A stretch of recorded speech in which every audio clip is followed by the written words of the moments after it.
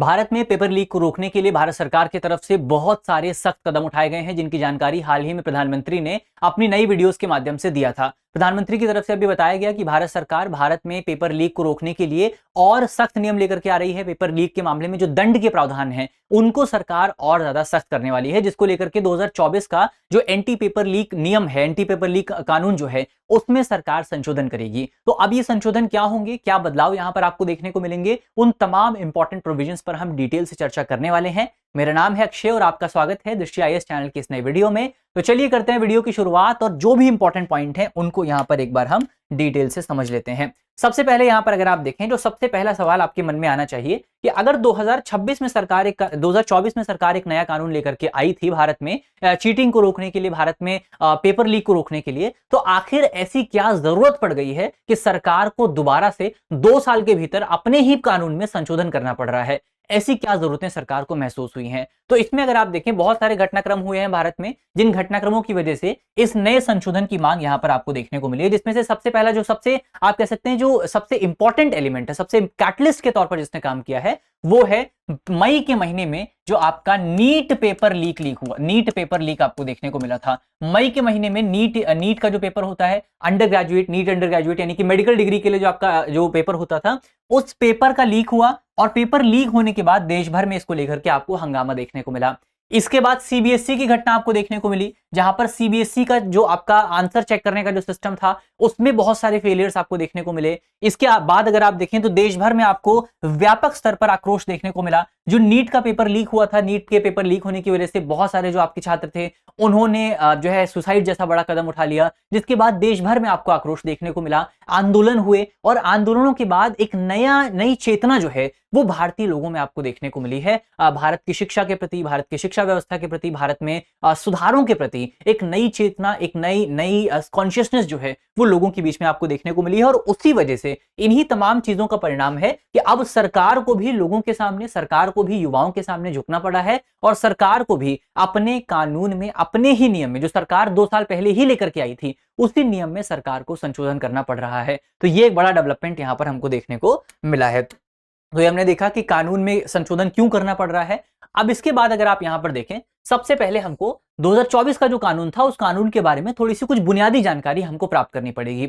2024 का जो कानून था, उस कानून को एक व्यापक कवरेज के साथ डिजाइन किया गया था। व्यापक कवरेज का बहुत सिंपल सा मतलब यह है कि उस कानून में भारत में जितने भी एग्जाम होते हैं, सारे एग्जाम्स को उस कानून के अंतर्गत कवर किया गया था। जैसे उसमें आपका यूपीएससी एग्जाम को कवर किया गया था, एसएससी एग्जाम को कवर किया गया था, आरआरबी के एग्जाम को कवर किया गया था, आईबीपीएस के एग्जाम को कवर किया गया था, और एनटीए यानी कि नेशनल टेस्टिंग एजेंसी की तरफ से जितने भी एग्जाम कंडक्ट किए जाते हैं, वो सारे एग्जाम 2024 वाले कानून में कवर किए गए थे। तो यानी कि कानून का जो दायरा था वो बहुत व्यापक था। पर कानून में दिक्कत क्या थी? कानून में सबसे बड़ी दिक्कत ये थी कि कानून की जो नींव थी, वो नींव बहुत ज्यादा कमजोर थी। 4 कमियां पूरे कानून में मौजूद थी। कौन कौन सी 4 कमियां थी? सबसे पहली कमी ये थी कि जांच और ट्रायल में काफी ज्यादा देरी आपको देखने को मिलती थी। तो जो आपके मामले आते भी थे, जो पेपर लीक के मामले आते भी थे, वो मामले सालों साल तक आपके लटके रहते थे, उन मामलों पर कोई विचार विमर्श ही नहीं होता था। तो सबसे पहले बहुत देरी आपको देखने को मिलती थी। फास्ट ट्रैक कोर्ट्स का अभाव था, यानी कि कोर्ट्स का जो ओवरऑल आपका जो ट्रेडिशनल सिस्टम है, उसी ट्रेडिशनल सिस्टम में पूरे जो आपके पेपर लीक के मामले हैं,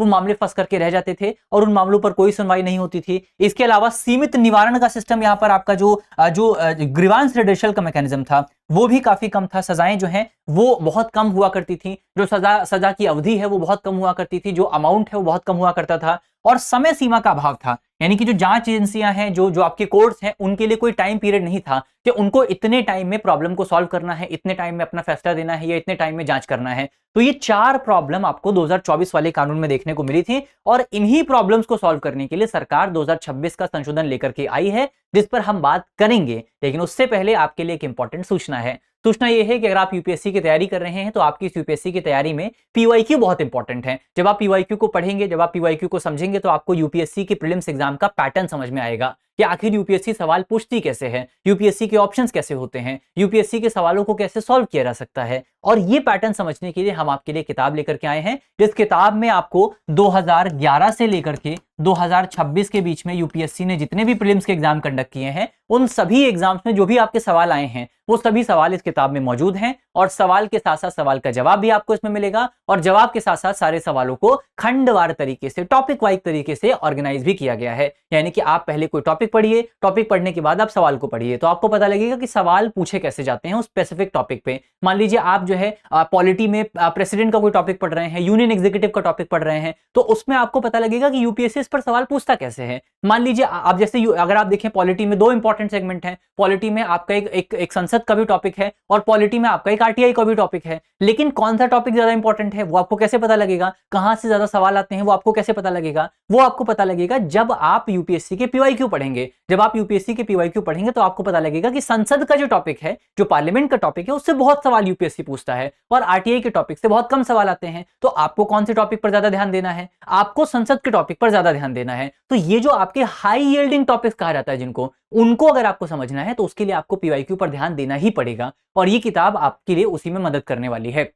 इस किताब को आप दृष्टि लर्निंग ऐप से जो है प्राप्त कर सकते हैं, तो दृष्टि लर्निंग ऐप को डाउनलोड कर लीजिए, वहां पर आपको किताब मिलेगी, या फिर आप जो है फ्लिपकार्ट या अमेज़न जैसे जो प्लेटफॉर्म है वहां से भी आप इस किताब को खरीद सकते हैं। तो ये एक इंपॉर्टेंट जानकारी हुई आपके लिए। अब हम बढ़ते हैं आगे, और सरकार ने की तरफ से जो नया संशोधन विधेयक पेश किया जा रहा है, उस विधेयक में क्या क्या इंपॉर्टेंट प्रोविजंस आपको देखने को मिलेंगे, उसकी अगर आप बात करें, इसमें सबसे पहले आपका सजा का जो प्रावधान है उसको सरकार ने बहुत सख्त बना दिया है। पहले का जो प्रावधान था उसमें सजा बहुत कम हुआ करती थी, अब जो प्रावधान है उसमें सजा को बढ़ा करके अधिकतम जो सजा है उसको बढ़ा करके कारावास की जो सजा है उसको 10 साल कर दिया गया है, जो कि पहले 3 साल के आसपास थी। और यहां पर आपका जो जुर्माना है, जुर्माने को बढ़ा करके 10 करोड़ कर दिया गया, जो कि पहले मात्र 1 करोड़ के आसपास था। तो सजा का जो प्रावधान है उसको सरकार ने बढ़ाया है। फिर यहां पर समयबद्ध जो न्याय प्रदान करने का प्रोविजन है वो भी आपको देखने को मिलेगा। जो जांच एजेंसीज हैं वहां पर स्पेशल टास्क फोर्स बनाने की बात की गई है, जांच एजेंसीज के लिए भी जो समय सीमा है वो तय कर दी गई है। जो आपकी जो कोर्ट्स हैं, स्पेशल जो आपकी कोर्ट, फास्ट ट्रैक कोर्ट बनाने की बात की गई, वहां भी सरकार ने समय सीमा तय की है। और इसके बाद जब ये मामला अपील के पास जाएगा, जब ये मामला हाई कोर्ट के पास अपील के तौर पे जाएगा, तो वहां पर भी सरकार ने समय सीमा तय कर दी है। तो सरकार ने समय सीमा यहां पर तय कर दी है। विशेष अदालतें यानी कि आपकी फास्ट ट्रैक कोर्ट जो है वो यहां पर बनाने का प्रावधान सरकार ने किया है। तो इसको अगर आप कंपेयर करें जो पुराना वाला कानून था उसके साथ कि उसमें क्या प्रोविजन थे और नए वाले कानून में क्या क्या प्रोविजन आपके चेंज किए गए हैं, तो आपका जो पुराना वाला कानून था उसमें व्यक्तिगत अपराध के लिए 3 से 5 साल तक की सजा का प्रावधान किया गया था और 10 लाख तक के जुर्माने का प्रावधान था। अब यहां पर जो प्रावधान है वो ये है कि अब आपको 10 साल तक की सजा हो सकती है और 10 करोड़ तक का जुर्माना आपके ऊपर लगाया जा सकता है। अगर आप संगठित अपराध की बात करें, यानी जो आपके माफिया होते हैं, उनके लिए जो पहले प्रोविजन था वो 5 साल से लेकर के 10 साल की सजा का प्रावधान था और न्यूनतम 1 करोड़ के जुर्माने का प्रावधान किया गया था, जिसको आपका सजा जो है वो सेम रखा गया है। अधिकतम आपका 10 साल तक की सजा होगी और 10 करोड़ तक का जुर्माना आपके ऊपर लगाया जा सकेगा। यानी कि व्यक्तिगत अपराधों के लिए और संगठित अपराधों के लिए, दोनों के लिए जो प्रोविजन है वो लगभग एक जैसा यहां पर सरकार ने रखा है। इसके अलावा न्यायिक प्रक्रिया की अगर आप बात करें तो पहले सरकार ने इस पूरे कानून के तहत कोई समय सीमा निर्धारित नहीं की थी, यानी कोर्ट्स के लिए, जांच एजेंसियों के लिए कोई समय सीमा नहीं हुआ करती थी। लेकिन अब यहां पर आपका जो पूरा मामला है वो 5 महीने में समाप्त करने की बात की गई है, या अधिकतम 8 महीने में पूरे मामले को समाप्त करने की बात यहां पर सरकार ने की है। कैसे 8 महीने, उस पर हम बात करते हैं। सबसे पहले आपका जो स्पेशल टास्क फोर्स बनाई जाएगी जो कि इस पूरे मामले की जांच करेगी, जो कि केस की जांच करेगी, उसको 2 महीने दिए जाएंगे। यानी 2 महीने में जांच एजेंसियां जो हैं वो अपना काम पूरा करेंगी। उसके बाद जब जांच एजेंसियां अपना काम पूरा कर लेंगी तो फिर एक चार्जशीट दाखिल की जाएगी, एक चार्जशीट जो है वो यहां पर दाखिल की जाएगी कोर्ट के पास। और जो आपका स्पेशल ट्रायल कोर्ट्स हैं या फिर आपकी जो फास्ट ट्रैक कोर्ट्स हैं उनको 3 महीने का टाइम पीरियड दिया जाएगा अपना फैसला सुनाने के लिए। 3 महीने का टाइम पीरियड उनको दिया जाएगा फैसला सुनाने के लिए। जब स्पेशल टास्क फोर्स अपना स्पेशल कोर्ट जो है वो अपना फैसला दे देंगी तो ये हाई कोर्ट के पास जाएगा और हाई कोर्ट को भी 3 महीने का समय दिया गया है। तो अगर आप संक्षेप में देखें तो ओवरऑल आपके 5 महीने हैं, लेकिन अगर आप हाई कोर्ट के फैसले को भी मिला लेंगे तो ओवरऑल आप कह सकते हैं 8 महीने में जो है, 8 महीने में सारा का सारा केस यहां पर सरकार खत्म करने की कोशिश कर रही है और बहुत अच्छा प्रयास इसको आप मान सकते हैं। तो समय सीमा यहां पर तय कर दी गई है। इसके अलावा अगर आप देखें, अब हम बात कर लेते हैं कि ऐसा तो नहीं है कि कानून पूरी तरीके से ठीक है, कुछ खामियां इस कानून में भी हैं। खामियां आप कहीं से भी दूर नहीं कर सकते, खामियां आपको कहीं ना कहीं मिल ही जाएंगी। इस कानून में भी कुछ खामियां आपको मिलेंगी। उन पर अगर आप बात करें, सबसे पहली खामी है आपका क्रियान्वयन, इंप्लीमेंटेशन। देखिए, कानून बनाना तो ठीक बात है, लेकिन कानून बनाने से भी ज्यादा जरूरी यह है कि आप कानून को इंप्लीमेंट कैसे करते हैं, कानून को क्रियान्वित कैसे करते हैं। भारत में अगर आप देखेंगे, भारत में अलग अलग विषयों को लेकर के आपको ढेरों, सैकड़ों कानून आपको देखने को मिलेंगे। भारत में आपको रेप को लेकर के कानून देखने को मिलेंगे, भारत में आपको चोरी को लेकर के कानून देखने को मिलेंगे, भारत में आपको ठगी को लेकर के, मनी लॉन्ड्रिंग को लेकर के कानून देखने को मिलेंगे, आतंकवाद को लेकर के कानून देखने को मिलेंगे। लेकिन इसके बावजूद भी ऐसा तो नहीं है कि भारत में रेप पूरी तरीके से समाप्त हो गए हैं, चोरी पूरी तरीके से समाप्त हो गई है, मनी लॉन्ड्रिंग पूरी तरीके से समाप्त हो गई है। इसके पीछे का रीजन क्या है? इसके पीछे का मुख्य रीजन है कि भारत में कानूनों का ठीक ढंग से इंप्लीमेंटेशन नहीं हो पाता है। तो इंप्लीमेंटेशन करना बहुत इंपॉर्टेंट है। तो सबसे बड़ा जो चैलेंज वर्तमान समय में हमारे पास मौजूद है वो ये है कि सरकार ये जो 5 महीने की या 8 महीने की डेडलाइन लेकर के आई है, इस डेडलाइन को सुरक्षा एजेंसीज और जो आपकी जो फास्ट ट्रैक कोर्ट्स हैं वो कैसे पूरा कर पाती हैं, ये एक बहुत बड़ी प्रॉब्लम यहां पर होने वाली है। दूसरी है आपकी न्यायिक क्षमता। सरकार ने तो अब कानून में तय कर दिया है कि जो भी आपका फैसला है वो फैसला आपका 3 महीने के भीतर दिया जाना अनिवार्य है। लेकिन हमको यह भी देखना पड़ेगा कि क्या कोर्ट्स के पास इतनी क्षमता मौजूद है, क्या हमारी जो न्यायपालिका है उसके पास इतनी क्षमता मौजूद है कि वो 3 महीने में फैसला सुना सके। अगर ऐसा हो पाता तो हमारे पास पहले से जो केस मौजूद हैं, पहले से जो 5 करोड़ पेंडिंग केसेस हैं, उन केसेस को हम पूरा कर पाते। लेकिन वो केसेस तो हम पूरा कर नहीं पाए हैं। हम ऐसे में आपका बिना क्षमता के कैसे नए केसेस को पूरा कर पाएंगे, ये एक बहुत बड़ा चैलेंज आपके सामने आने वाला है। तीसरा चैलेंज है आपका कानूनी प्रक्रिया का। तीसरा चैलेंज है आपका कानूनी प्रक्रिया का। हम ये कैसे सुनिश्चित करेंगे कि हमने जो यहां पर 5 महीने का या 8 महीने का टाइमलाइन डिसाइड किया है, उस 8 महीने के टाइमलाइन में किसी भी व्यक्ति के साथ कोई भी इनजस्टिस नहीं होगा, किसी भी व्यक्ति के साथ कोई भी अन्याय नहीं होगा। हम ये कैसे सुनिश्चित करेंगे कि पुलिस एजेंसी जो है, जांच एजेंसी जो है, वो अपने टाइम पीरियड के टारगेट को पूरा करने के लिए किसी निर्दोष व्यक्ति को फंसाने का प्रयास नहीं करेंगे, ये भी देखना बहुत इंपॉर्टेंट है। कोर्ट जो है वो हड़बड़ी करने का प्रयास नहीं करेंगे, ये भी देखना बहुत इंपॉर्टेंट है। तो न्यायिक प्रक्रिया देखना बहुत इंपॉर्टेंट है। और फिर यहां पर अगर आप देखें, आपका केवल आपको जो जांच प्रक्रिया है या केवल आपका एग्जाम लीक होने के बाद का जो प्रोसेस है उसको ठीक करना जरूरी नहीं है। उसके साथ साथ हमको जो एग्जाम लीक होने से पहले का जो प्रोसेस है,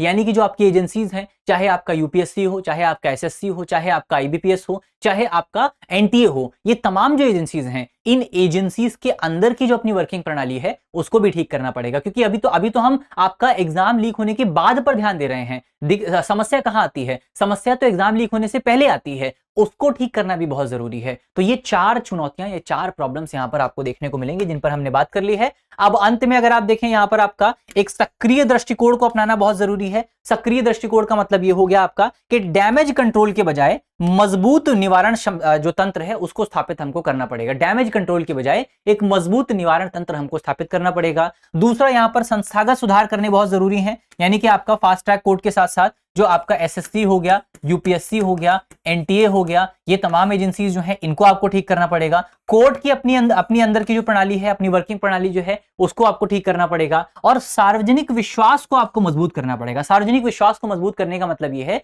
कि सरकार जब ये कानून लेकर के आए तो कानून ले आने के साथ साथ आपका जो भी तमाम स्टेक होल्डर्स हैं, जो भी तमाम आपके हितधारक हैं, उनके साथ बातचीत भी की जाए। उनके जो विचार, उनके जो आपके आइडियाज हैं, उन आइडियाज को कानून में समाहित किया जाए। जब तक आप स्टेक होल्डर्स के साथ बातचीत नहीं करेंगे तब तक ये एक तरफा कानून बनकर के रह जाएगा और इस कानून की कोई भी ग्राउंड लेवल पर आपको जो है कोई प्रभाव इसका देखने को नहीं मिलेगा। तो अगर कानून का प्रभाव आपको देखना है तो जनता के बीच में कानून को लेकर के विश्वास मजबूत करना बहुत इंपॉर्टेंट है। और जनता के बीच में विश्वास केवल तभी मजबूत होगा जब सरकार जनता के साथ बातचीत करेगी, डायलॉग करेगी। तो बातचीत और डायलॉग बहुत इंपॉर्टेंट है, वो चीज भी यहां पर हमने देख ली है। अब हम बढ़ते हैं आगे। यहां पर हमारा टॉपिक समाप्त होता है। अंत में आपके लिए करंट अफेयर का एक सवाल है, जिस सवाल में आपसे पूछा गया है कि लोक परीक्षा अनुचित साधनों का निवारण अधिनियम 2024, ये कानून का पूरा नाम है जो 2024 वाला कानून है, और इसके हालिया प्रस्तावित संशोधन के संदर्भ में निम्नलिखित कथनों पर विचार कीजिए। 3 स्टेटमेंट यहां पर आपके सामने दिए हुए हैं। ये अधिनियम संघ लोक सेवा आयोग, कर्मचारी चयन आयोग और राष्ट्रीय परीक्षण एजेंसी जैसी प्रमुख संस्थाओं द्वारा आयोजित परीक्षाओं को कवर करता है।